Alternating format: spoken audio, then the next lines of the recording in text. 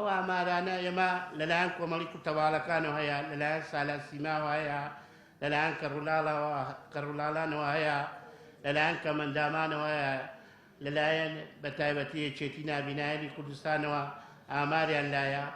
ئەمانە ئەم توێژانە بەتایبەتی سەرجەم توێژەکان یان مناڵیان جێهێشتووە بەتایبەتی زەواجەکانشیان هەڵوەشانێتەوە کە ئەمە بەڕاستی کاو کەسانەی کە خۆشەویستی خۆیان بۆ یەکتری دەربڕیوە ئەوش سەبەبەکەی سەرۆکی حکومەت بووە بەتایبەتی کە نەیانتوانێ ژیانی خۆیان دابینکەن، زۆربەی تایەتی کرێنشینە، زۆربەی تایەتی ژیانێکی خراپی لێ هەیە لە قەزا و نەحێکانە، لە بەتایبەتی کە لە شوێنە فەقیر و ژیانیان زۆر خراپە. هەندێکی تایە کە گوچلەی خۆی فرۆشتووە، ژیانی خۆی دابین کرێ.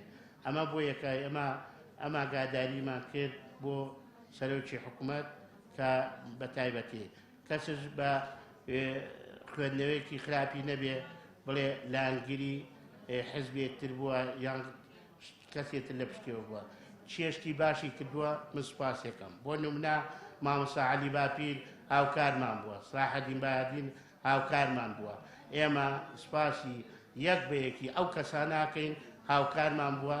ئێستاش بۆ یەکە داواکەم ئەو کەسانی کە پشتیوانی خۆی دەلەبڕێ بۆ ئێمە قاعەمانەیە، هەر ڕێکخراوی قاعەی خۆیەیە، قایمەمان لایە، ئەزانین چێ زروفی خراپە، نوێنەری خۆی بێ، خۆی تەوزیعی کا بەسەریانە.